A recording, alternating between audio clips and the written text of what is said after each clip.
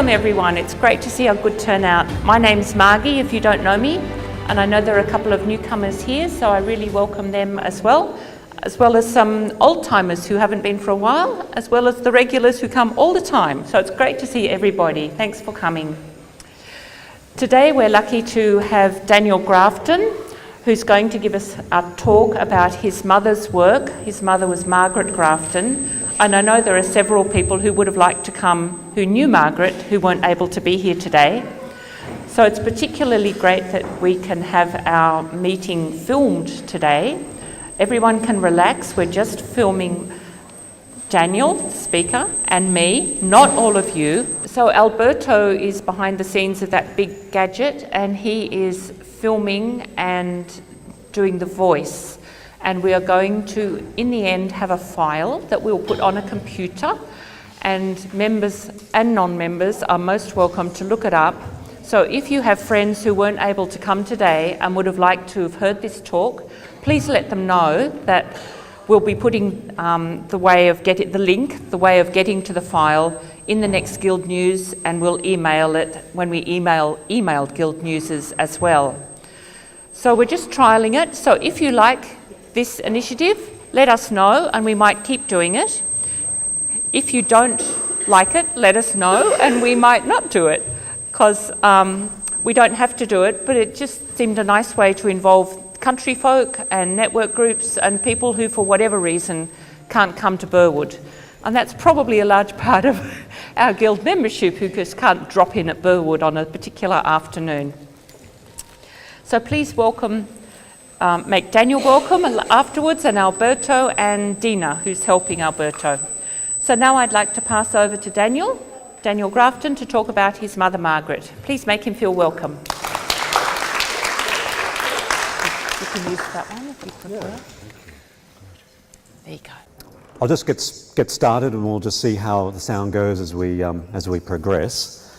Well, thanks again for the opportunity to talk a little today about my mother, the weaver artist Margaret Grafton. In the time I have today, I'll just manipulate that, excuse me. In the time I have today, I thought I would give a brief biography pointing to the interests and key achievements, and in the second half of the talk I thought I'd show some images, key works to demonstrate the different approaches and the uses of materials that she did. And so let's see how we go.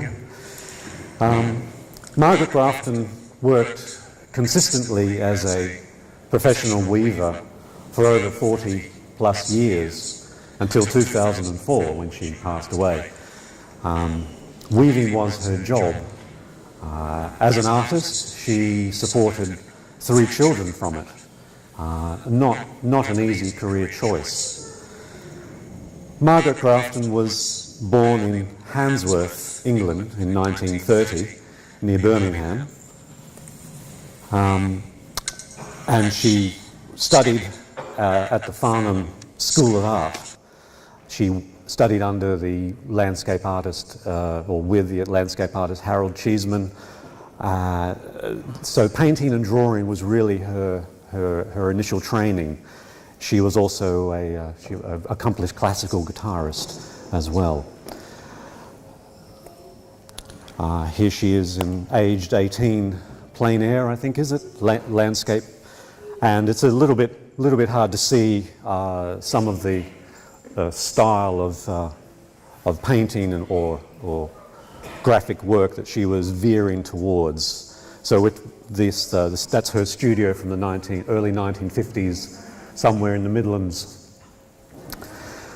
She married another artist by the name of Dennis Grafton, and for a time they worked as scenic artists in repertory theatre. I'm not sure if I don't know a lot about repertory theatre, but I understand it to be a very quick turnaround. You put on a show for a week or 2 weeks, strip it down, and then you're doing Macbeth the next 2 weeks. And on it went. And so as scenic artists, my mother and her then husband Dennis had to work very quickly in painting enormous scenes, depending on what the theme of the play was. So I think from this point, maybe she gained a sense of scale and proportion by that very quick work of painting up scenes, which comes into her work later in her career. Here's a shot of some more paintings of the time. I'm sorry they're not in colour. My archive is a bit patchy, but a style is starting to appear here. After migrating to Australia in the early 1950s, Margaret Grafton switched from painting to weaving as a medium to express her ideas. She had sensed a certain resistance, shall we say, to women in the field of oil painting at the time in Sydney, in the mid-50s. So it was at this time that she looked to weaving. And I'm not sure, I believe it was inspired by Swedish Riga or Rya rugs was, I'm sorry if don't know if that's correct, but that was her initial inspiration to get into tapestry and weaving, to move from the classical oil painting and drawing.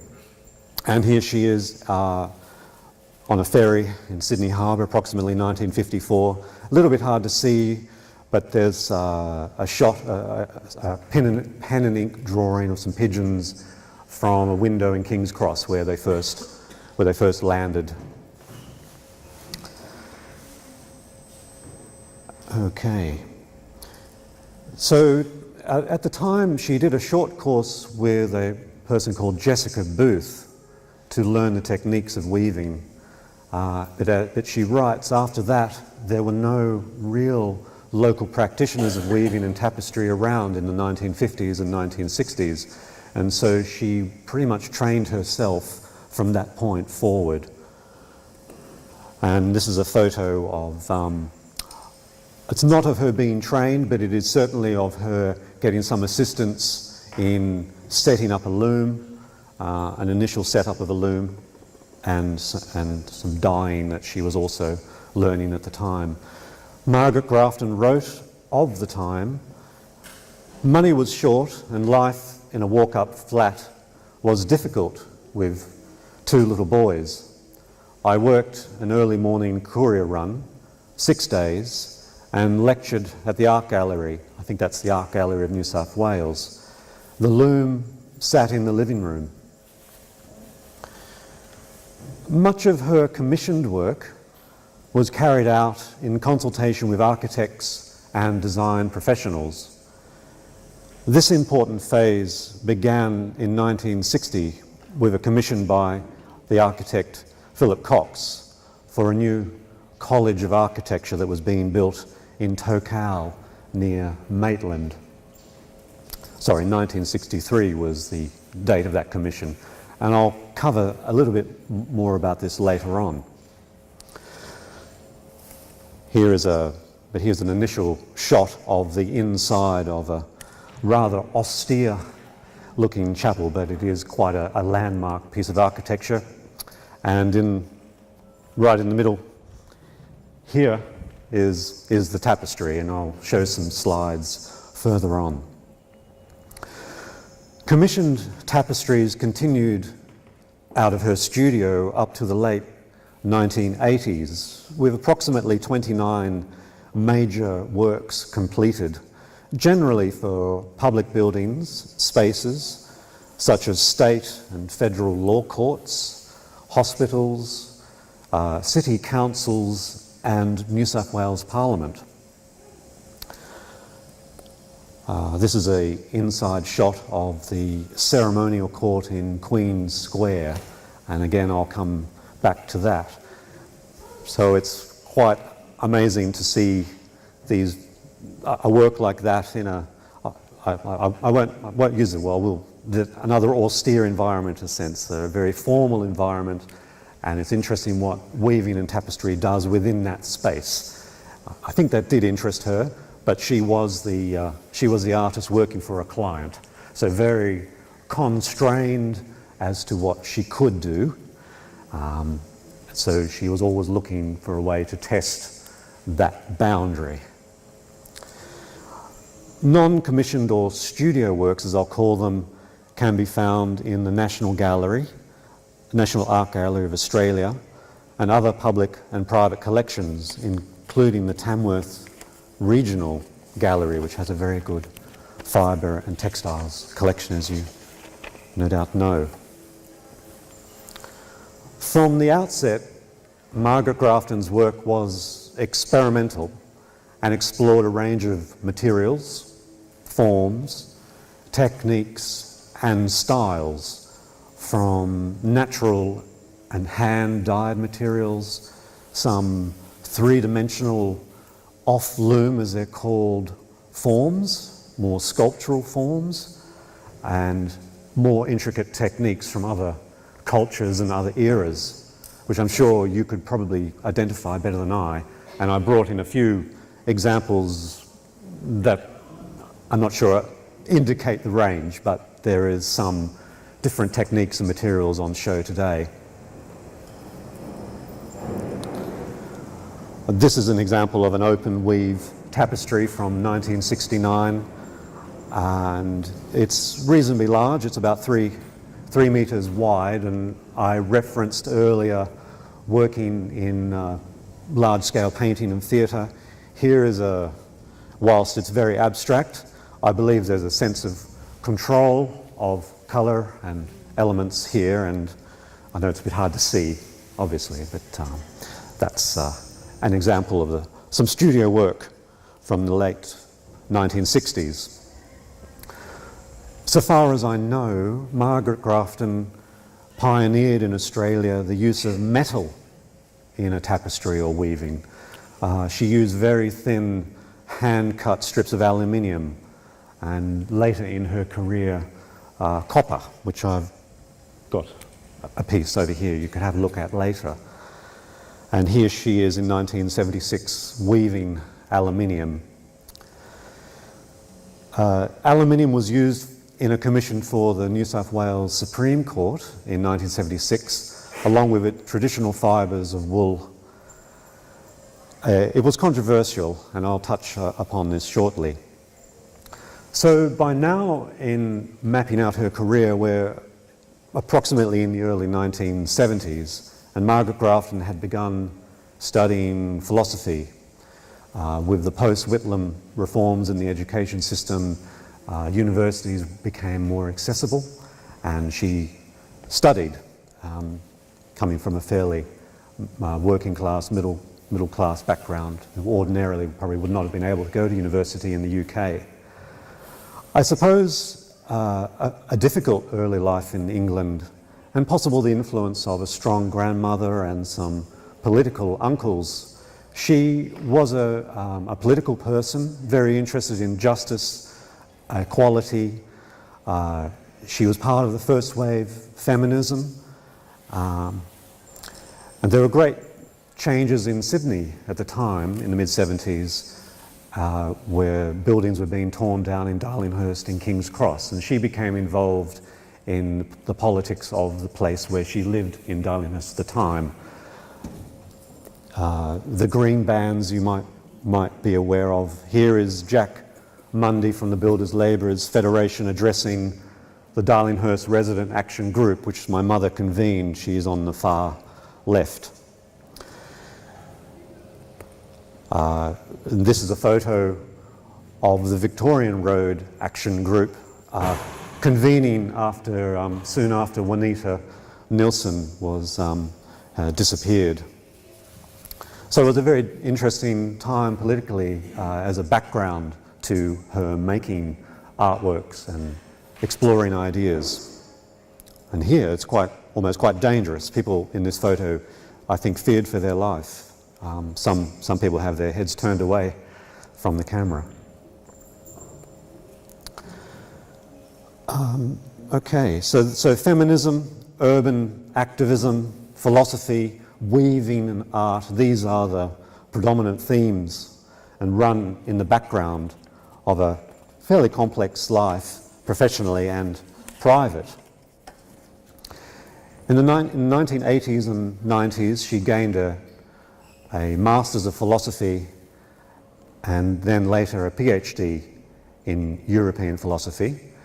Both of these extended pieces of research and writing explored the vexed issue of art versus craft as an undercurrent theme, but also looked back at early tapestry making, the role of women, the lineage of fibre, tapestry, cloth making through time.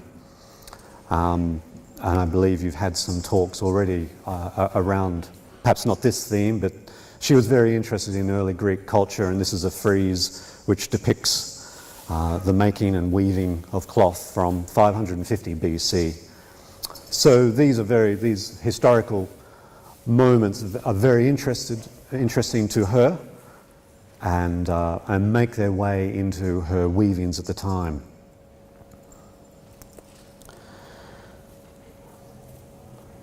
In the late 1990s to early 2000s, she revisited materials and a certain abstraction from the 1960s, as I showed earlier, and reapplied herself to using metal in her practice. This time she was inspired, I believe, by the use of copper that she'd seen in some ancient Chinese warrior suits of armour. And this piece is called Fire. So very sparse geometric forms and patterns. These weavings explored the texture and surface of copper and aluminium and other chemicals, such as stressing the metal with various acids and alkaline and anything that could produce a reaction. And you can see in this piece there's a green verdigris in the work.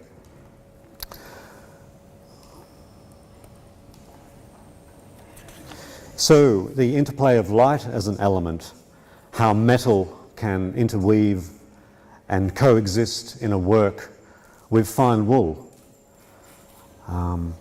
crude polypropylene cord or on the warp, plastic, coated wire, raffia, plastics, foam, engraving. These works in their forms helped subsidise her life and studio in the late 1990s and into the 2000s. And I'll show some more works later on. So that's part one, I guess, of the talk, just to really give a brief profile of her life and where she was coming from in terms of ideas. What I'll do in the second half, I'll just step through some more pictures and some examples of her work. And by means of introducing this second section, I might just read out how she saw creative weaving, and she wrote in a presentation she gave.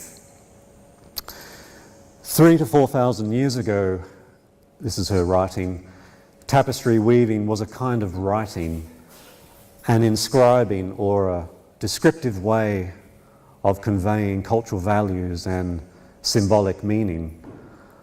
A well-woven tapestry will last 500 years. 1,000 years ago, creative tapestry became a status symbol for kings, princes, and prelates, or the church. 500 years ago, woven tapestry becomes the servant of the artist-painter, copying his work. In contemporary Western culture, there is a movement towards once more recognizing woven tapestry as an art form.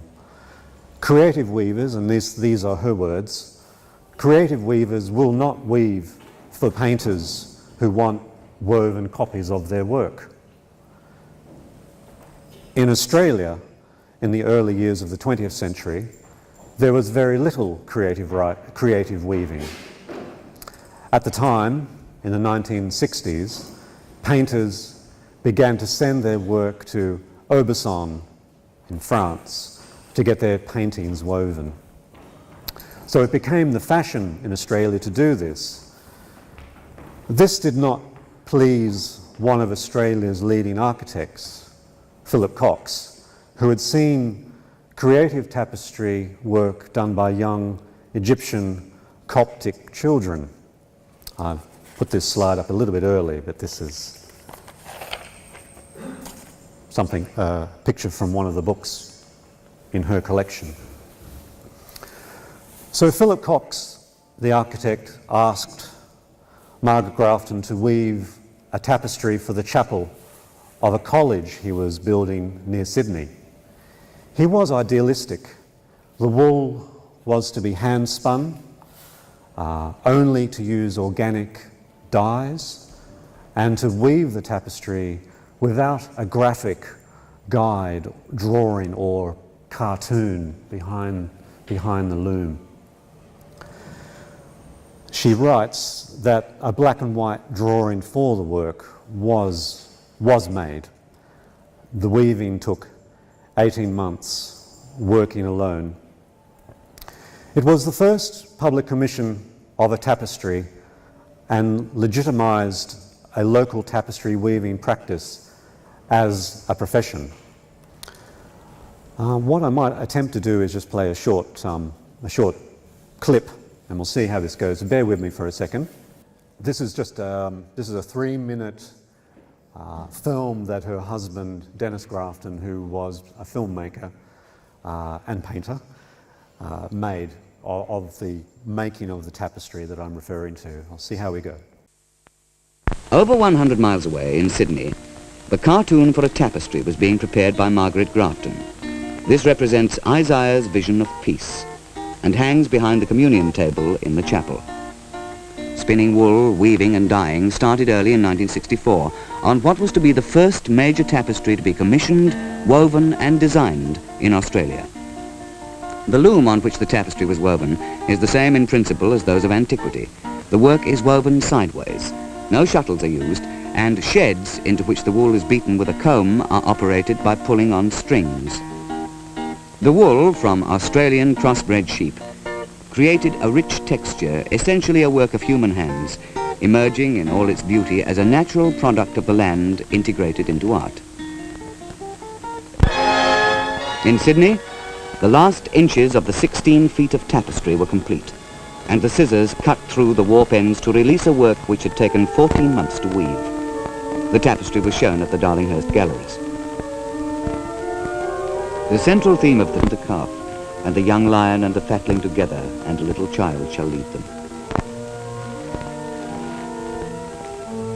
Also shall dwell with the lamb, and the leopard shall lie down with the kid, and find the soil and its harvest, and the cattle upon the fir tree, and instead of the briar shall come up the myrtle. Peace and redemption, and the ancient Christian symbol known as an Ionic cross. So I'll just click through a few shots of the tapestry itself. The chapel that we saw before,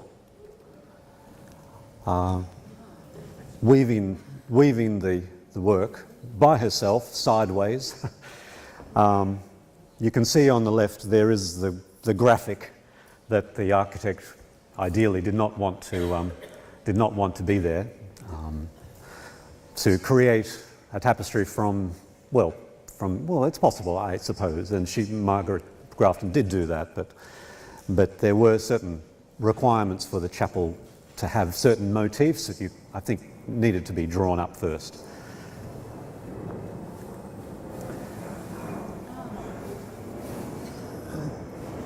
This is in her studio in Palmer Street, Darlinghurst. We lived in the manse next to a Uniting church at the time, and some detail, a little bit hard to see, but I think you get the sense of, whilst there was a cartoon behind the tapestry, I think she used the cartoon really as a guide only, and I think that's where the artist's signature comes in. So I'll just step through a few commissions. This is from 1965.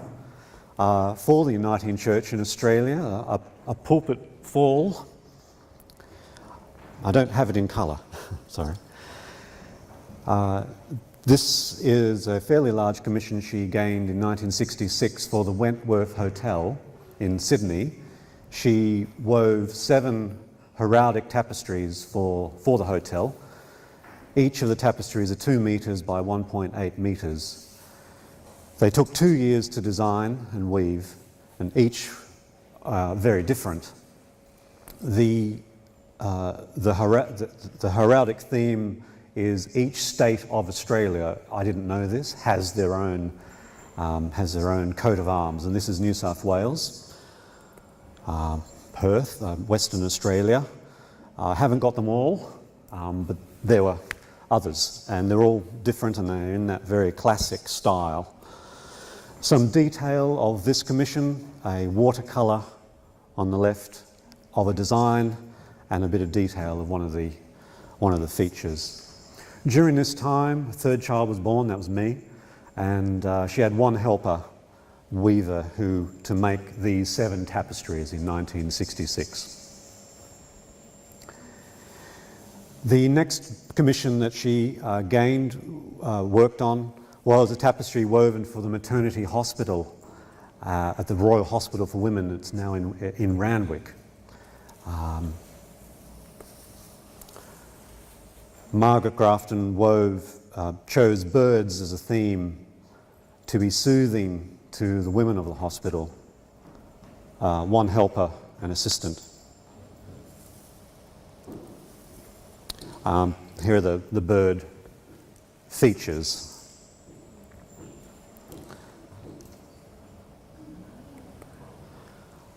The admissions desk, and a more formal photograph of the time. So I keep using the word austere, but I should find another word. But I mean, it's a very beautiful foyer for the time. But the tapestry really does gives people something to rest their eyes upon in a very stressful time in one's life. Not always stressful, but it humanises the space. In 1969, another tapestry commission, this time for a lawyer's office in Sydney. Abstract weaving, from that era, she was very interested, starting to move into more abstract work. Here, leaving some of the areas of warp unwoven.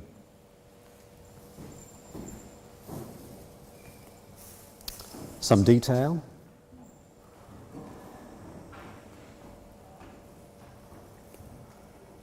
The tapestry I showed before.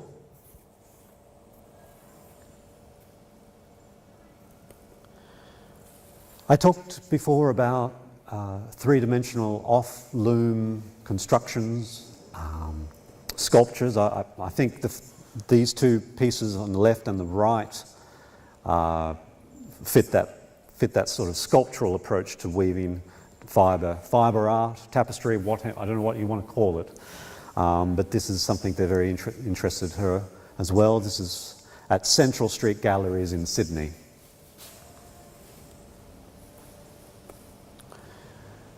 This was a commission for another office in Sydney for the permanent trustees. So a flat weave with a very, very sculptural, high relief form at the front, and I have no idea how that would be constructed, but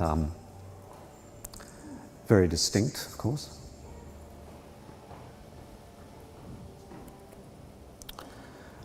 Moving on to further commissions. I'll just get myself organised. In 1972, a new courthouse was being built in Parramatta, and Margaret Grafton wove 6 tapestries for the courts within that building. So, 6 tapestries, excuse me, and they all depicted the British royal coat of arms. 3 tapestries were 2 metres by 4 metres, so reasonably large, and 3 2 metres by 1.8. as you're getting a sense, coat of arms and heraldic work was really a bread and butter for her work. So it's the British coat of arms, I believe.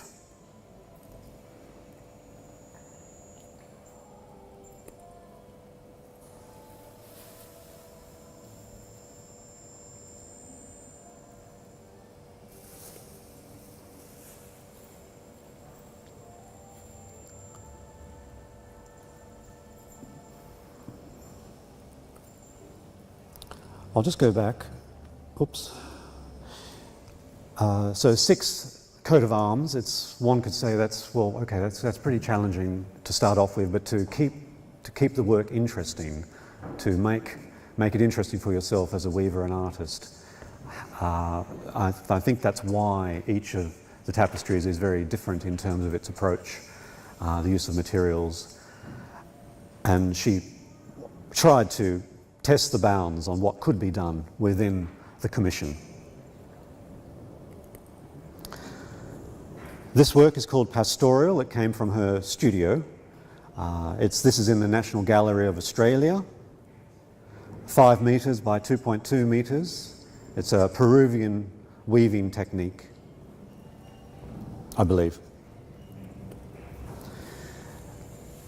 This was for the Tamworth Textiles competition, I believe the biennial Tamworth prize. It won first prize in 1975. Again, another sculptural tapestry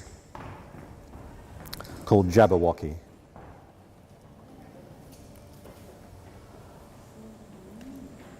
Again, another tapestry of the collection of the Tamworth Regional Gallery, 3 tapestries layered from 1977.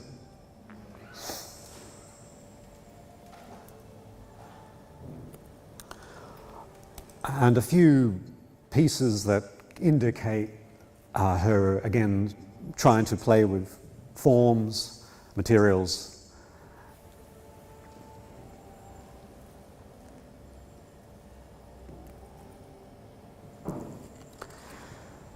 I'm just stepping through commissions that, key works that Margaret Grafton produced out of her studio. We're at the mid-70s now. And this is another law court in Queen's Square. This is called the New South Wales Banco Court. Excuse me. It's woven of aluminium cut into strips. The lion and unicorn and shield are woven of wool. It looked like a long silver banner in the courtroom, she writes, 5 metres by 1.2 metres. 1 assistant. The presiding justice of the court refused to sit under this tapestry when it was hung. Despite lengthy approvals and negotiations with the architect and the designers of the new court, when the justice saw it, he didn't want to sit under it and asked for the tapestry to be removed. So that was, I don't know if that's an example of perhaps pushing things a bit far, but she did. There is documentation to say that there were negotiations and a lot of meetings with the architects about this tapestry. So they knew what they were getting, in a sense. So the tapestry was taken down and it reappeared in Newcastle in the Federal Commonwealth Court in Newcastle, I believe, or was. I believe part of my project, long-term project, is to track down what is still hanging. Some details of the Banco tapestry, just close-up of the very sculptural approach to rendering the elements of the coat of arms, the lion, and you can see the cartoon. And this is the tapestry 2 years later in Newcastle. Unfortunately, it was cut by about 1.5 meters because of that yellow rail. So but it was back in the public view, so that's a small mercy, I don't know. I think you're right. A better coloured wall would be certainly would be more aesthetically pleasing.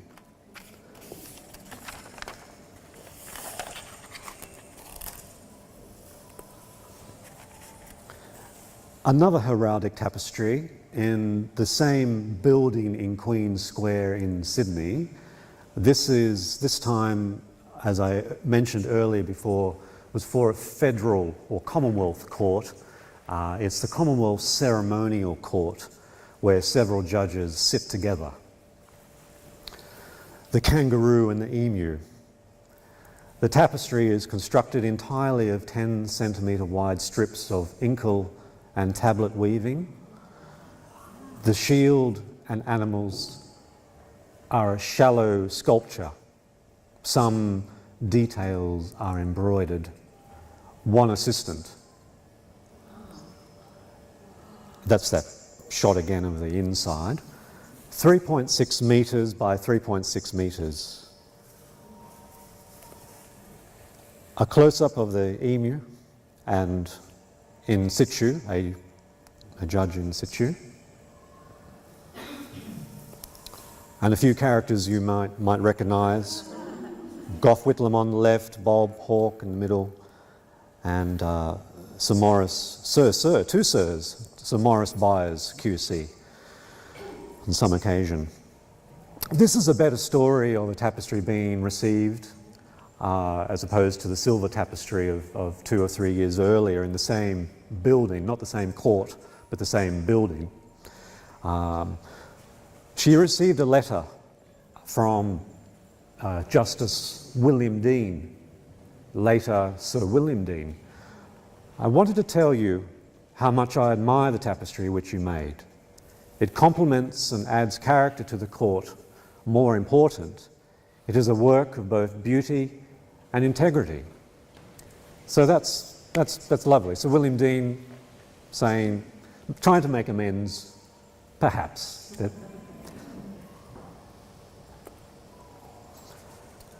More commissions. Here we have a decorative tapestry for the Wyong Municipal Council, 1979.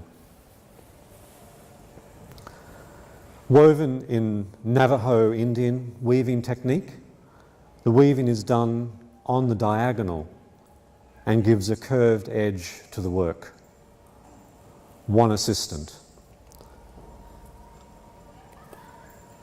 A close-up to see that curve.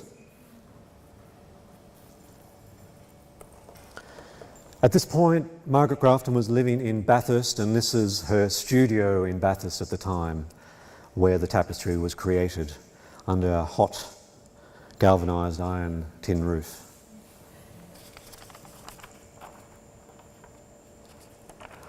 Well, I'll keep on stepping through small works. Here we have New South Wales State Parliament. This is 1980. Another heraldic tapestry.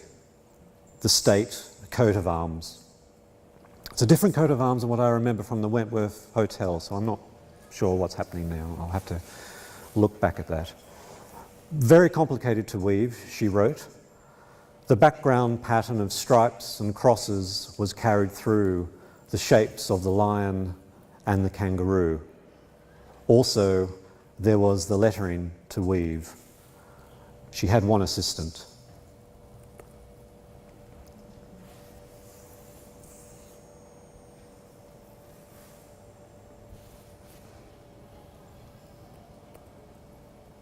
Some detail of the kangaroos. Woven sideways, I believe. I have to keep reminding myself when I'm looking at her work that everything is out from the side. And then it's turned.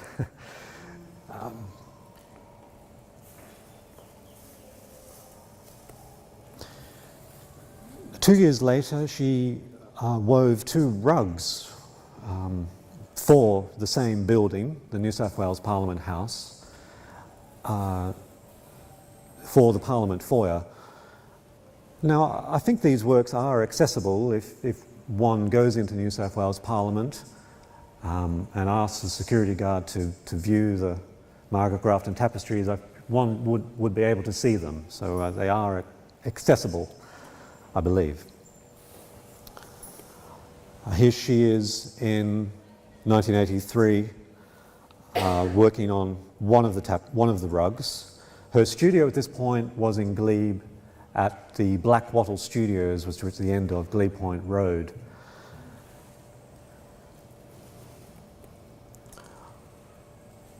On the right is one of 7 designs that she worked up for the commission to choose which ones to go with, and a close-up of the finishing of one of the rugs.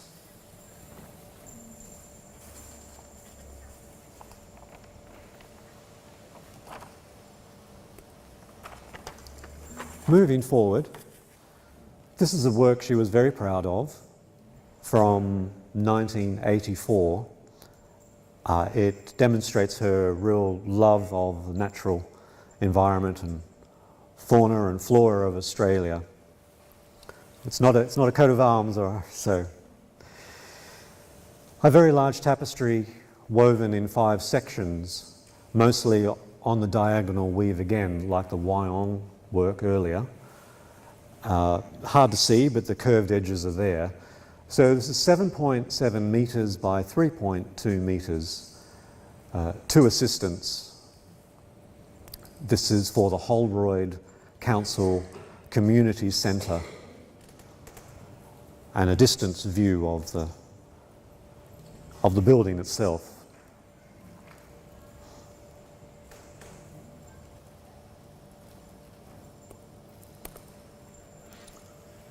Close-up of the detail of the bottle brush.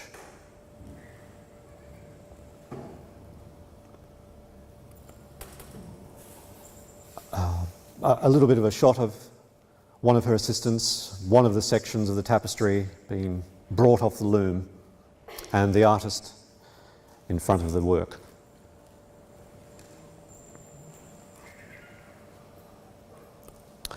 Stepping forward, I know that's a lot of work to take in. A narrative tapestry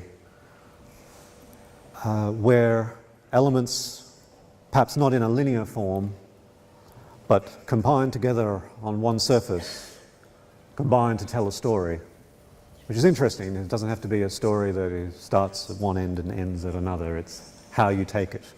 The elements are all there. This is for Canterbury Municipal Council of 1987, 3.6 metres by 2 metres. This tapestry tells the story of European settlement of one small area of the city of Sydney in 1815. She had one assistant. The chamber.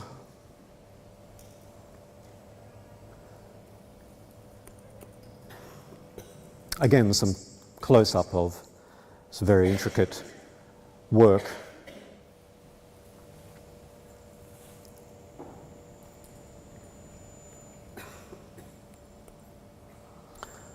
Another narrative tapestry from 1988. This time for St Vincent's Public Hospital in Darlinghurst. This tapestry tells the story of 5 Sisters of Charity who travelled to Australia from England in 1838, a 4.5-month journey. The tapestry tells some of the things they did in Sydney. They worked with convicts and orphans and also had a hard time themselves. The tapestry took 10 months to conceptualise and to weave with one other person. Again, that sense of storytelling, but not in a left-right or beginning-end process. The tapestry can be viewed a number of ways, and you can see elements that come out the more you view it.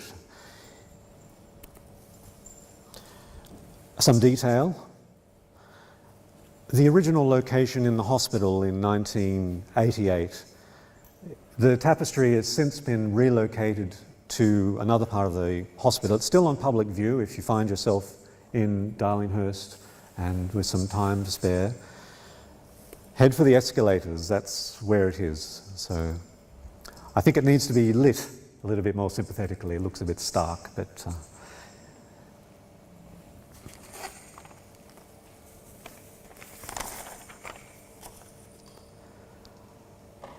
after this highly productive phase of commissions from 1963 to 1988, Margaret Grafton wrote her master's thesis in European philosophy, then a PhD in European philosophy also. Both pieces of writing and research refer to women and weaving as recurrent themes. Margaret Grafton at this time also wove tapestries for sale, not for public commission, although she did put in proposals. A little bit hard to see. This is a proposal board for a commission that did not proceed, a foyer in Ryde for a tapestry. So at this point in around 1990, the early 1990s, Margaret Grafton costed her work at about $4,000 per square metre to make a commercial tapestry for her client. In today's money, $4,000 approximately, well, CPI would work out to be $7,500 or $7.7 thousand per square metre. This work was to be made by using shuttlecraft hand weaving, and the image was inspired apparently by a flyer from the American hand weavers, a circular from the early part of the century.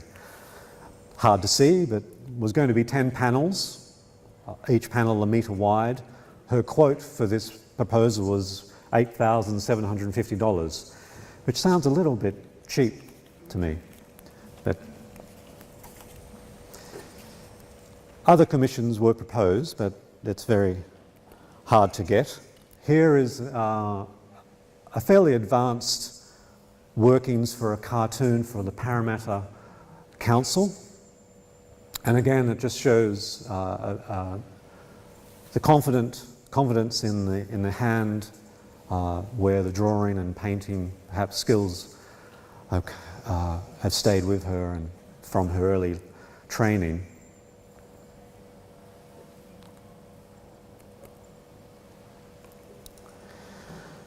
So a selection of studio works from the late 1990s through to the 2000s. I'll just step through a few of them. I mentioned before she was very interested in combining her research into her weaving, and she was very interested in early Greek philosophy. She was interested in how writing and language is formed, and how people talk about that in a philosophical way. And she wove a tapestry about that. This one is called The Colour of Sound. The tapestry represents the colour of sound. Certain English vowels have a different tonal colour. Is the darkest colour. There's an on the far right-hand corner. A is the lightest. Some detail again.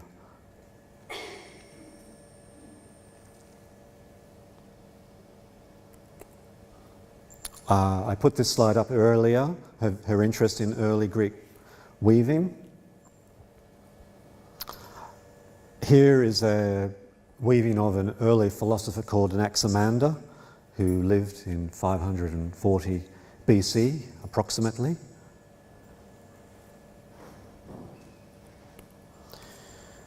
A Torah curtain, of all things. I'm not sure how it emerged or why. It wasn't a commission. 2 meters, 2.2 metres by 1.2 metres.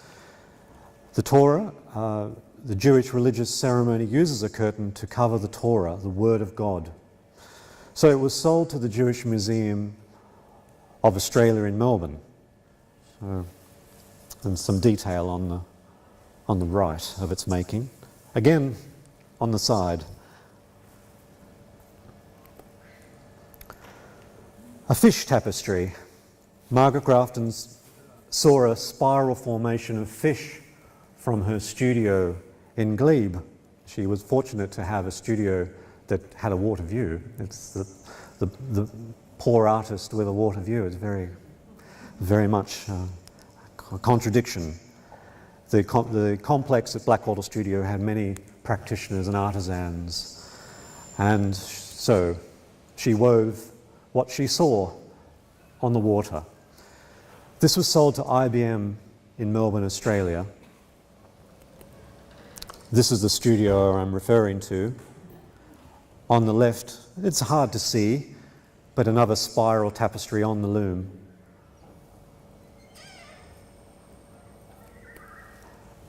And this is a second fish tapestry, 2 meters by 1.7, sold to a collector in Kuala Lumpur.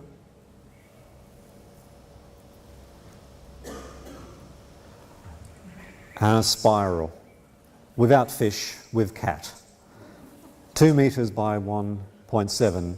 I thankfully have this one. It was a bit big to bring along today.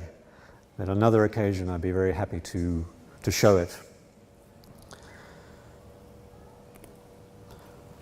I'm just going to step through a few remaining works that I have. Very small belts that she wove.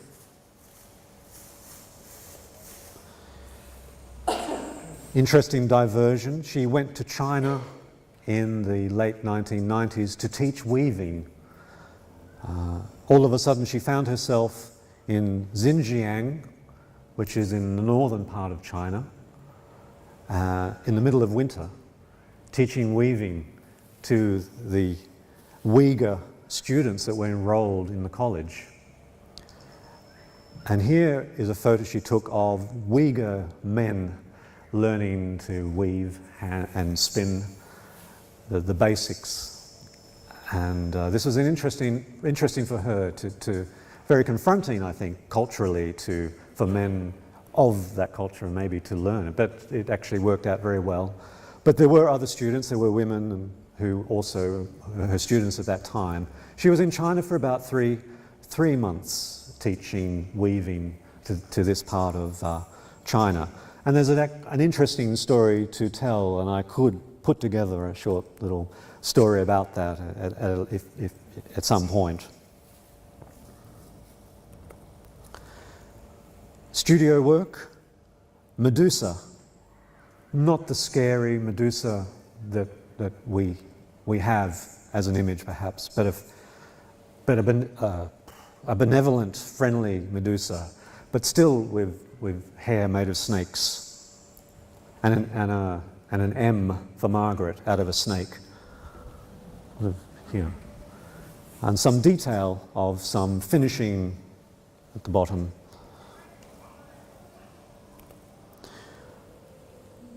Quite a large piece. This is about 3 meters by 3 meters.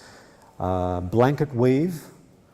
It looks something out of the 1970s as a kind of an aesthetic, but it isn't. She actually wove this in the early 2000s out of wool that was remaining in her studio. So the wool there is some untreated wool as well as some natural dyed wool in this piece. So we're in the year 2000s where she's exploring again the getting back to the basics, elemental materials, metal, and this has a very geographic, geological impression for me. Copper, aluminium, and copper that has been prematurely aged with verdigris.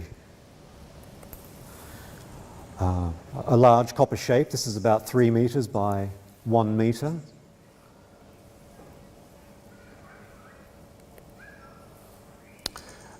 Plastic and copper and aluminium with ink. This is again coming back to her interest in eucalypts and trees and natural fauna and flora of Australia.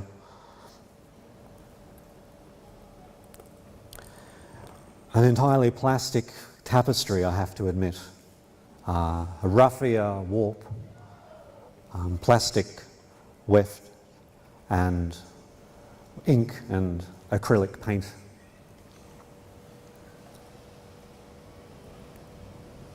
Blanket weave, but with a raffia warp.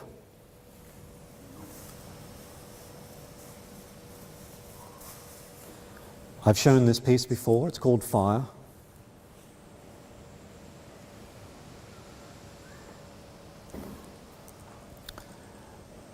Called The Third Day, aluminium, copper. Very, very abstract, very pared back in terms of design. It's when we look back or refer back to some of her earlier work, very organic, and this has really come a long way. She could switch between those different approaches, those different aesthetics.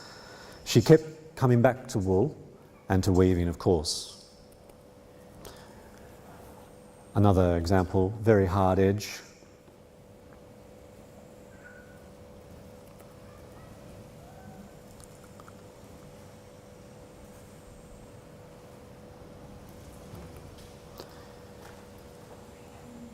Tapestry of the same time, tablet weave.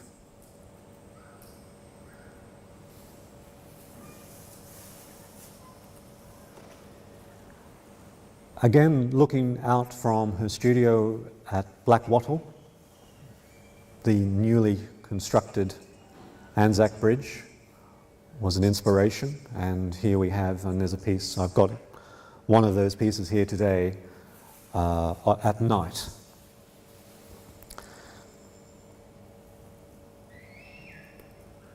Some detail.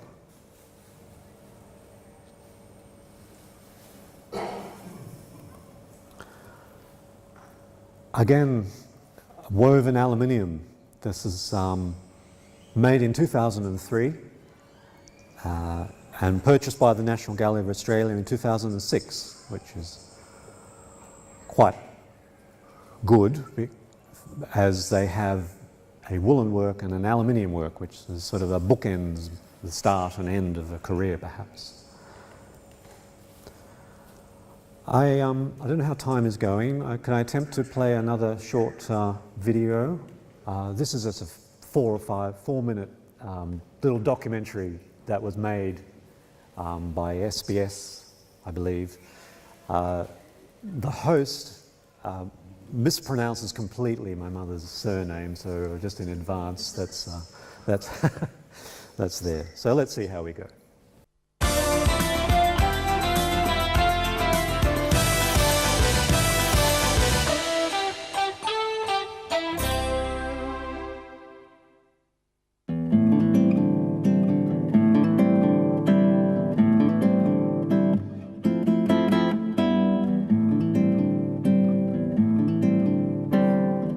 Of us growing up in the age of computer-generated art and design, you'd imagine enormous works like this to be the product of high-tech machinery. But I'm happy to tell you, there are still artisans in Australia weaving this kind of magic the good old way. Margaret Dalton came to Australia as a young painter in the 1950s. But after her experiences with the Bohemian art set, she made the dramatic decision to exchange paints and brushes for a loom and wool. They were just talking endlessly about what their art meant and what it meant in the culture and how they'd like to get on and various things like that. So one day I saw a photograph of some really lovely Swedish Riga rug weaving, and it struck me as something that you just couldn't be pretentious about. and I thought that I would weave. As a young weaver, Margaret wasn't part of the hippie macrame or weaving guild set. Certainly she had to learn the basics, but once they were mastered, she returned to the creative arts using her newfound skills. By the early 1960s, her work was considered revolutionary, winning her critical acclaim and large commissions all over the country.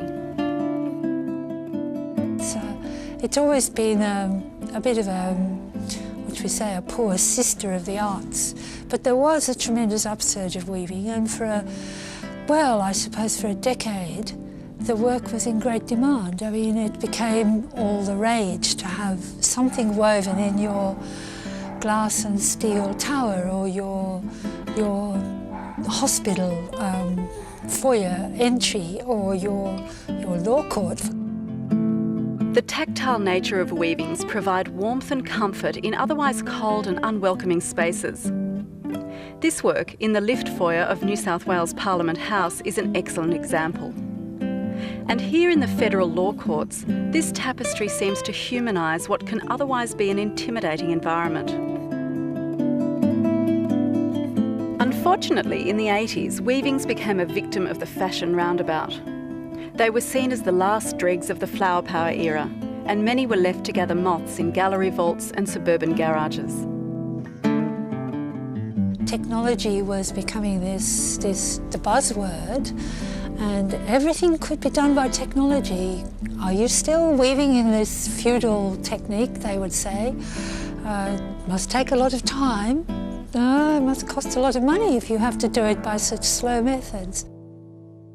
Thankfully, the late 1990s has been a lot kinder to her craft.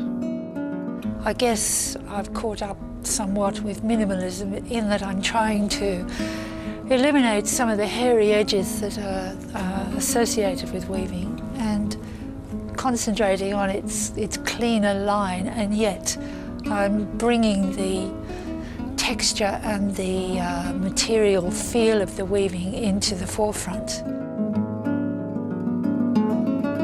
This is tablet weave. Now, I don't actually know anybody who weaves like this at the moment. It's fairly experimental, but it's an extremely ancient weave, and it's called tablet because the weaver used to use square tablets or things made of wood or leather or ivory, when it came to that. And so the pattern like this is made by turning the tablets in various directions and also by threading the tablets. This pelican-inspired weaving uses conventional methods, but for an unconventional subject. While this work, with the unusual title of He Forgot His Umbrella, combines a number of ancient techniques. It's tablet weave, again, but I also incorporated that with a very old Peruvian weaving technique. So you see each strip is attached to the other, and it's kind of almost a network. If you're interested in pursuing weaving as an art, you'll find courses at major universities and weavers' guilds around the country.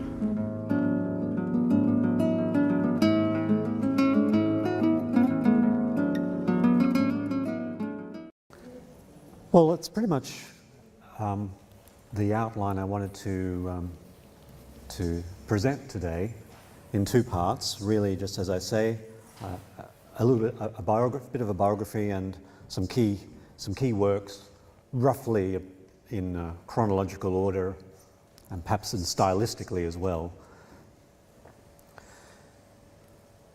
The weaver Beth Hatton, in writing about Margaret Grafton, said, "Her ability to embrace change within the course of a long and productive career,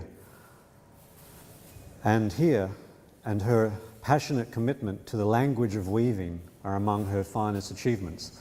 I quite like that idea, a passionate commitment to the language of weaving. I think that really encapsulates what my mother was trying to achieve in all of her work. She writes, weaving, no different to any other artist, a weaver, just works in strands of wool, cotton, metal, rather than paint or plaster. and she writes on weaving and of being an artist. She says, in the end, it's really all about what you want to do. So that's the end of the discussion. I'm really happy to talk some more after the talk. I'm happy to take questions now if you wish, or if you want to come up to me afterwards, and either way is fine. I brought in some things to show and tell. So a collection of works that I have, plus I've also brought in some folders which you may wish to look through if you wanted to, of photos of some of her works as well. So I want to thank you for being a great audience. Thank you for listening.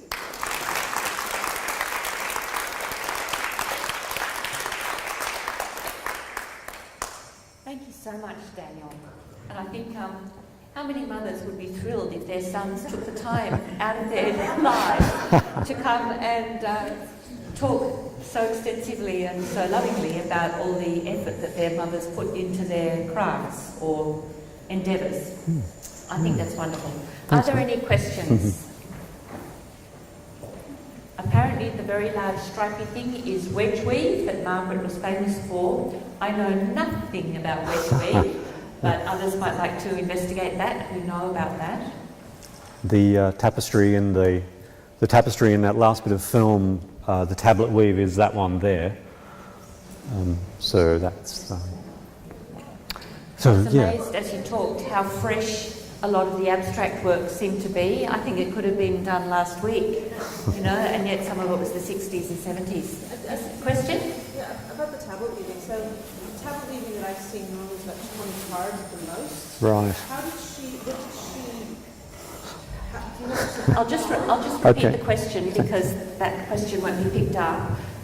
The question was that tablet weaving often seems to be in very narrow bands, and yet that's not what your mother ended up with.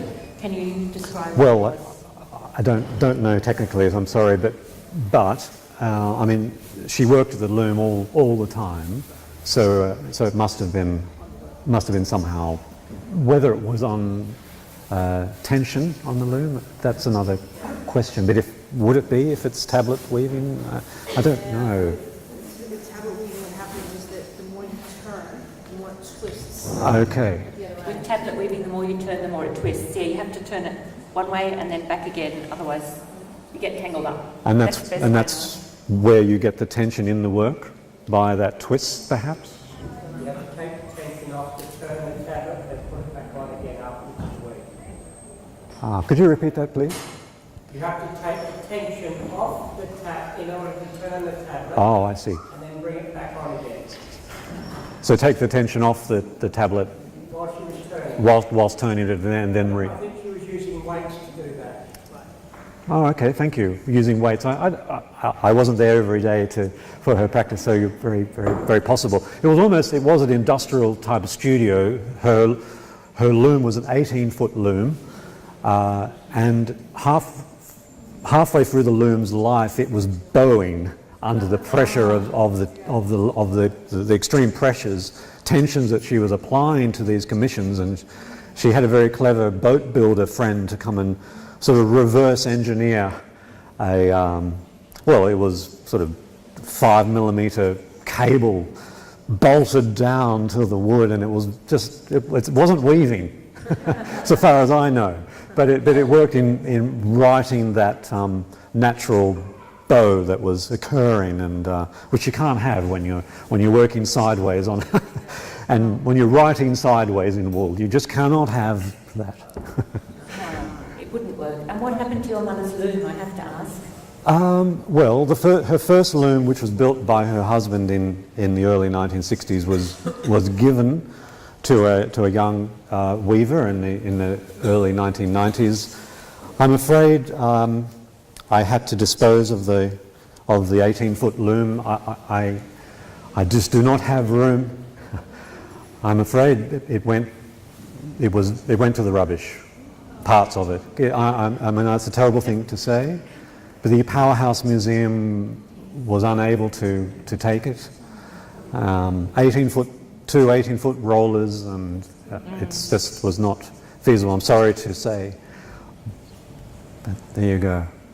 I'm sure you tried hard, and not many people in Sydney would be able to accommodate something like that. Well, I'm not, I mean, perhaps a weaving university or, I mean, a college might have, but I'm not, at the time, I don't think there was really any weaving being taught at that level that would use it. Maybe Canberra, that's possible, that's possibly true, thank you. Yes, yeah. Well, the last thing I want to say is that Pat Fiheli, who's one of our members and is also our archivist, dug up, she did a lot of research before this and dug up some articles and some records of things that your mother had spoken about.